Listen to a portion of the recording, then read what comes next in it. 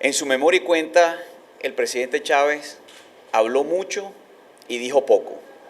Tal vez el único anuncio importante que le hizo al país fue el que tuvo que ver con la reducción de la ley habilitante.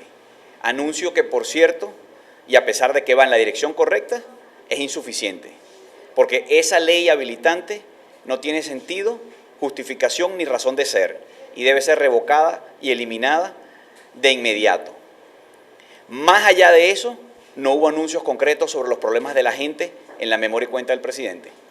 El presidente básicamente perdió una gran oportunidad para hablar de los problemas del país, reconocer los errores y los problemas de los venezolanos, asumir la responsabilidad que tiene en la situación actual del país y sobre todo perdió la oportunidad de explicarles a los venezolanos qué es lo que va a hacer en el 2011 para corregir esos problemas, para resolver esos problemas que tuvimos en el 2010.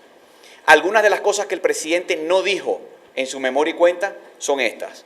En 2010 fuimos el país con la inflación más alta del mundo. El país donde los alimentos subieron de precio en mayor nivel fue Venezuela. Fuimos el único país de Latinoamérica, junto con Haití, que fue devastada por un terremoto, que no creció, cuya economía decreció y nos hicimos más pobres. El único país de Latinoamérica con control de cambio. En el 2010, además, el presidente devaluó 3 veces el bolívar. La última de esas devaluaciones fue en diciembre, cuando el dólar que se utiliza para comprar alimentos y medicinas pasó de 2.70 a 4.30. El año pasado tuvimos la dudosa distinción de tener la deuda más riesgosa del mundo y de pasar a pagar la tasa de interés más cara que se paga en todo el mundo por nuestra deuda. El presidente habló mucho contra el imperio, pero fue allá a pedir dólares prestados y a pagar obedientemente la exorbitante tasa de 18% de interés en dólares. El 2010, además, pasará la historia como el año de la gran crisis eléctrica.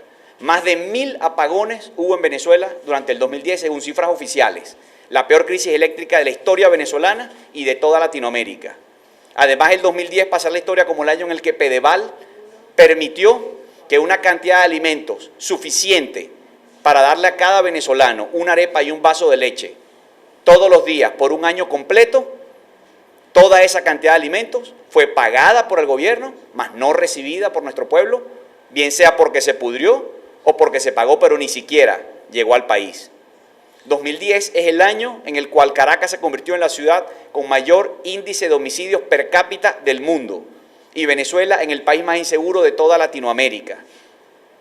El único sitio en el año 2010 donde hubo un índice de homicidios per cápita mayor que en Venezuela, lamentablemente fue en nuestras propias cárceles, donde se le está aplicando la pena de muerte de hecho a los reos. En materia de vivienda, del 2010, el presidente Chávez no solamente salió raspado y no construyó ni siquiera las viviendas que la Cuarta República en su peor año hizo, sino que además las poquitas viviendas que el presidente entregó, se las entregó a gente que estaba vestida de rojo desde los pies hasta la cabeza, mostrando el mayor sectarismo y desprecio por los venezolanos. El 2010 batió récord de expropiaciones, todo tipo de empresas, almacenes, automercados, 33 complejos habitacionales privados, 47 fundos en el sur del lago, miles de hectáreas en todo el país y cada vez producimos menos leche, menos carne, menos café, menos caraotas, menos arroz y los complejos habitacionales que fueron expropiados porque supuestamente estaban yendo muy lento, ahora están absolutamente paralizados. Todo eso ocurrió en el año 2010. En el 2010 dejamos de ser un país exportador de cemento para ser un país que recibe cemento donado por Cuba, un país que está en una situación tan precaria. En el 2010 nuestras reservas internacionales cayeron y lo que quedaba en el FIEM se lo rasparon. El año pasado el presidente Chávez gastó miles de millones de dólares en compras de armas y juguetes de guerra, ninguno de los cuales resuelve los gravísimos problemas que tenemos los venezolanos, nuestro pueblo, los venezolanos de a pie. El 2010 pasará la historia como el año en el que el presidente se olvidó del metro de Caracas, a un punto tal de deterioro que le sacó la piedra a los usuarios que salieron a reclamar como nunca lo habían hecho. El 2010 quedará para la historia como el año de la mayor conflictividad social, el año en el que Guayana colapsó y los trabajadores de Guayana y de todo el país salieron a las calles a luchar por sus derechos. El 2010 es el año en que el salario del trabajador venezolano más se ha deteriorado desde que el presidente Chávez es presidente. Nos inauguramos en el 2011 en una situación en la que nuestro pueblo está pasando muchísimas más necesidades que las que pasaba hace 12 meses.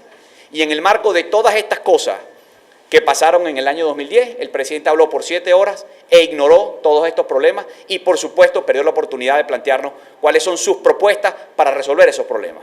Por eso es que nosotros queremos anunciar desde Primero Justicia que nuestra fracción parlamentaria estará en el Congreso preparada para interpelar a todos los funcionarios de alto nivel que tienen que ir a rendir cuentas, porque queremos saber cómo es que el gabinete económico va a ser para generar empleo digno para los venezolanos, con un sueldo que alcance para comprar comida, medicinas y para pagar el alquiler de la vivienda. Queremos saber cómo es que van a hacer para sacar a la economía de este foso en que la han metido, para recuperar la fuerza del bolívar y el poder adquisitivo del sueldo de los venezolanos. Queremos saber cómo es que el gabinete social va a hacer para que esta tragedia que vive el país y que vivimos los venezolanos se pueda revertir.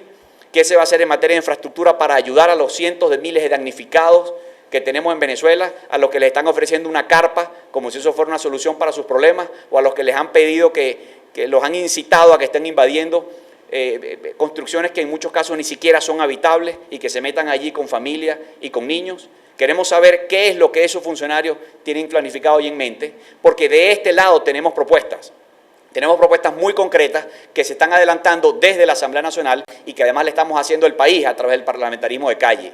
Propuestas como la ley Candado, o como la ley de promoción de inversiones, o como la ley de primer empleo, o como muchas otras, que son una alternativa que queremos mostrar a los venezolanos para que puedan visualizar que hay un camino mejor, que hay una forma distinta de hacer las cosas, en materia política, en materia social, en materia económica. Y esa Venezuela del cambio que estamos en la calle proponiéndole a los venezolanos será la que algún día pueda venir a revertir estas cosas nefastas que nos pasaron en el 2010, que amenazan con continuar de la misma manera en el 2011 si no se toman correctivos y que lamentablemente después de 12 años gobernando nos da la impresión, para no decir la certeza, de que el presidente Chávez no tiene la manera de solucionar los problemas de los venezolanos y de afrontar esta terrible realidad. Por eso nuestro mensaje de hoy es que el presidente perdió una excelente oportunidad el sábado pasado para reconocer los errores, para rectificar y para hacernos nuevos planteamientos. A falta de ello, nosotros estaremos vigilando, vamos a interpelar a los funcionarios, pero además vamos a hacerles a ellos nuestras propuestas para construir una Venezuela mejor. Que el presidente entienda que no hace falta una ley habilitante para que un solo hombre esté haciendo las leyes. Si el presidente trae a la Asamblea Nacional leyes que resuelvan los problemas de los damnificados, de quienes no tienen trabajo, de nuestro pueblo más pobre, esas leyes contarán con el apoyo de la bancada democrática, se le dará urgencia legislativa y serán aprobadas por unanimidad, siempre y cuando sean en beneficio del pueblo, de los venezolanos, no del presidente, porque no necesitamos más poder para el presidente que ya tiene todo el poder y que quiere ser dueño de todo. Necesitamos poder de verdad para la gente, que no sea un discurso de la boca para afuera, sino que se materialice con iniciativas concretas y con leyes populares. El presidente dijo en su memoria y cuenta que no era su responsabilidad la inseguridad, los homicidios y las muertes. Varias cosas. En primer lugar, sí es su responsabilidad. Nadie como el presidente de la República puede asignar recursos materiales, económicos, humanos y tecnológicos para combatir la inseguridad y el hampa en Venezuela. Eso es lo primero. En segundo lugar, no puede ser que el presidente de la República diga la inseguridad no es culpa mía, es culpa de los malandros. La inflación no es culpa mía, es culpa de los especuladores. Bueno, ¿y de quién será la culpa de que todos los malandros se hayan venido a Venezuela y todos los especuladores se hayan venido a Venezuela? Porque en los países vecinos como Colombia o Brasil, por ejemplo, la inflación está controlada y las tasas de homicidio y de delincuencia son muchísimo menores que en Venezuela. Hasta hace pocos años, hasta hace 10 años, Venezuela era todavía uno de los países más seguros dentro de Latinoamérica. Entonces el presidente ahora viene y dice, yo no fui, no es mi culpa, no es mi responsabilidad. Pues sí lo es, no solamente porque no ha hecho lo que ha tenido que hacer, sino que además las iniciativas positivas de algunos otros actores, como son alcaldes y gobernadores, como son las iniciativas que en materia de seguridad ha adelantado la gobernación de Miranda o la alcaldía del municipio de Sucre, muchas veces chocan con un muro de contención, porque cuando van a buscar ayuda del gobierno nacional, del Ministerio de Relaciones Interiores, lo que consiguen es todo lo contrario. Es una actitud que juega al fracaso de las policías regionales, de las policías municipales y de las iniciativas que en materia de salud tienen alcaldes y gobernadores. Así es que el presidente sí es muy responsable y sin duda es de lejos el principal responsable de la inseguridad que agobia a los venezolanos y de esa masacre de venezolanos que tenemos día a día en Venezuela. Ahí están los periódicos de hoy, nos traen la noticia de una estudiante de la Universidad Católica Andrés Bello, a quien mataron de 2 tiros en la frente para robarle un teléfono. Esa es la Venezuela que tenemos hoy, y esa no es la Venezuela que teníamos hace 10 años o hace 15 años. Y el principal responsable de eso, sin duda alguna, es el presidente de la República, Hugo Chávez Frías.